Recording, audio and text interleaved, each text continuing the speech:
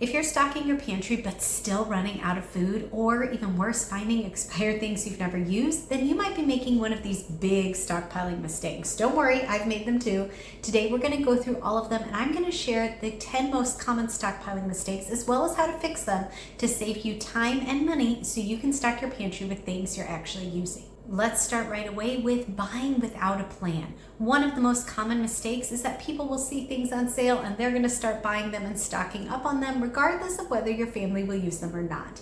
When you see a good sale, I am one of those firm believers that you should definitely take full advantage of it and stock up. But make sure you're actually going to use that and you know how it will fit into your meals. I'm not saying you need to use it right away that day or even that week. If it is on a good sale, go ahead and take advantage of it, but make sure you know how you are going to use it in your family or have a general idea of that.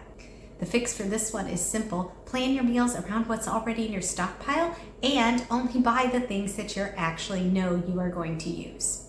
The next mistake is another common one and a big one. It's ignoring expiration dates. Now, I will say expiration dates are truly a best by date, so use your judgment on this. It doesn't mean the day that a thing has a date on it, it's going to go bad, but you should be very careful and mindful of those. The easiest fix is following the first in, first out rule. That means when you buy something new, you're going to take it in your pantry and you're going to move it to the back of the shelf and scoot all of the rest of the things to the forward, so you're always using your oldest one first. That's a very easy solution, and this will help make sure that you are not letting any of those foods you found good deals on go to waste. You're always using the old ones first.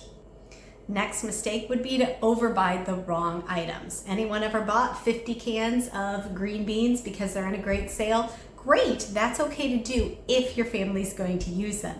Go ahead and make sure as you are stocking up that you plan for variety in your stockpile. You don't want to focus just on one narrow category of vegetable if your family is going to eat others. If you only like that specific kind, then good. Go ahead and focus on that. But otherwise, do try to include variety in your stockpile. As your stockpile develops, your fix is to plan a balance of foods. You want to have your grains, your carbs, your vegetables, your fruits, a wide variety of things within your stockpile so you don't just have jars of peanut butter on your shelf. Quick tip to help you figure this out, go ahead and start making a list of the foods and meals your family regularly enjoys or likes to eat. Include snacks, different meals throughout the day, breakfast, lunch, and dinner, and start focusing on building a stockpile of the items needed to make those recipes. That is a great place to start and will help keep you on track to buying things that your family actually uses. Another mistake is not considering the storage locations for where you are putting your stockpile. Now, I definitely believe you can put your stockpile in a lot of unique spaces. I have a very narrow kitchen pantry behind me, so I put a lot of it in our unfinished basement, where I am blessed to do that and have that space. When I lived in an apartment, I had things stored in closets. I had things stored under the beds. But do be careful about taking spaces where it is hotter than normal or the humidity is high, such as your garage, where things will deteriorate faster. So try to find spots where it is dark and cool. Those are always the best storage conditions for your food. If you can find those cool, dry places, whether they're under your beds or in a basement, closet, wherever it is, it will help extend the shelf life of the food that you have in your stockpile. Another huge stockpiling mistake is forgetting about non-food essentials. A lot of people, when you're starting to stockpile, focus mainly on food. And although that is great, stockpiling can and should apply to anything that your family uses on a regular basis. I have a whole video about this, but consider focusing and starting to stockpile anything your family uses on a regular basis, including your toiletries, your paper products, your medicines. Anything that your family uses regularly can and should be added to your stockpile, especially when you're finding good deals. Another quick tip to help you figure out how much to store is that I like to put the date on things, such as a bottle of contact solution or shampoo. Put a month on it when you are starting and see how long it really takes for you to go through it. That way you can easily see how much you need to stockpile to, say, have a 6-month supply or a 12-month supply. But when you are stockpiling, don't forget about all those non-perishable things. The other good thing about stockpiling non-perishables is you don't have to worry about best by dates, because those rolls of toilet paper in your shelf aren't going to go bad while they're waiting for you to use them. If you want to learn more about building a stockpile, I do have a quick start guide to building your stockpile on a budget with checklists and printables and charts and lists and all sorts of tips to help you get started. I'll leave a link to that below and in the description so that can help you get started building your stockpile today. Another common mistake is not testing or rotating through your emergency foods. We've all been there, we've seen that great deal, and we've stocked up on a dozen cans of a product only to get it home and realize no one in our family really likes it. Well, if it's a really good deal and you're getting these things for an amazing price or free, of course I'm gonna grab them too. And if we don't like them, you can always donate it to a food pantry or a friend or someone who will use that product. However, do be cautious about stocking up on foods that you don't know if your family will really like. An easy fix for this is, again, just make sure you are regularly using everything in your stockpile and it is still products that your family enjoys and uses. We're moving right along on this list. Have you made some of these mistakes? Here's another big one, falling for fake deals. We've all been there. The sign says sale, you look at it, you think that's a great deal, you throw it in your cart, only to get home and realize that price was only 3 cents less than it normally was. What's the fix? Pay attention to your sales, pay attention to the prices, and know what really is a good price and when it's time to stock up. How do you do that? It's very simple. You can start keeping track of those, make a simple list. Focus first on the 20 products or so that your family uses on a regular basis and just pay attention to when the prices really go low and start marking down the lowest price you see. Another way, you can join me here every Thursday where I will show you the sales and everything I am buying so that you can get used to seeing some of the good prices and what deals I'm finding, and maybe you can grab some of them too. So if you like finding good deals, go ahead and subscribe so you can join me here for all those deals every Thursday.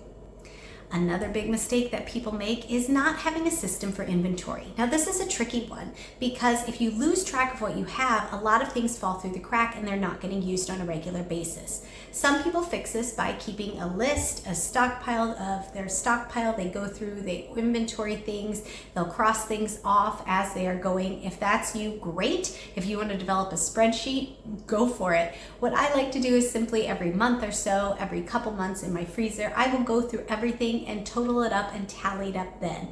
I also try to keep on top of things by knowing if I am running low on things, I am immediately putting a couple more on my list and bumping that item up to the top of the sales. But however you choose to do it, do go through what you have on a regular basis, keep an eye on it so that things are getting used that you have and you're not running into any holes in your pantry because you've lost something or used it all up.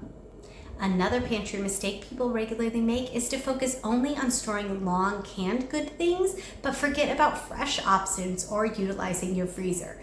If you are only stocking things that are canned and shelf stable, you will run into a lack of variety. So make sure in your fridge you're keeping regularly fresh things and you are supplementing what's in your stockpile, as well as utilizing your freezer. Freezer products and the vegetables and fruits there are picked at the height of freshness, and your meats, having a wide variety of meats in your freezer allows your meals to go a lot farther. And yes, you should be stockpiling meat as well. Yes, I have a video on stockpiling meat, and yes, I'll leave that link below because I am a huge believer in utilizing all aspects of a stockpile, and I save so much money by filling my freezer with meat, and that helps me save just as much money as all the canned goods in my stockpile.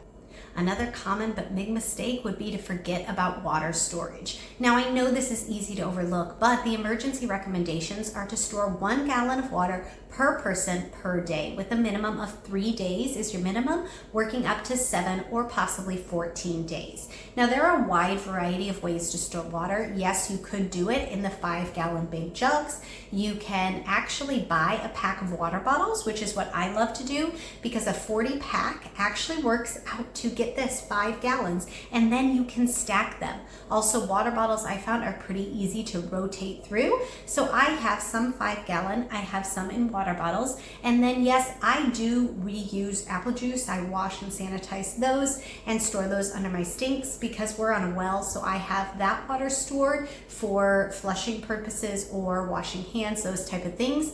You can also store water in canning jars. Canning jars take up the same space whether they are full or empty. So if you have a bunch of quart-sized canning jars, go ahead and fill them with water and put them back on your shelves until you need them. And that's a great way to store water. Yes, a water purifier is a great thing to have as well. I will leave links to those as well as some of other emergency supplies that you can have for all of those things that are helpful. And that is something to work toward as well. But don't forget about storing water for your family. And again, start with that 1 gallon per person per day, aim for 3 days, and then stretch as you are able. Okay, there you have it. Those are 10 mistakes. Which one are you most guilty of making? For me, it's probably stocking up on those sales that our family really isn't going to use on a regular basis, because I just love a good sale and I love stocking up.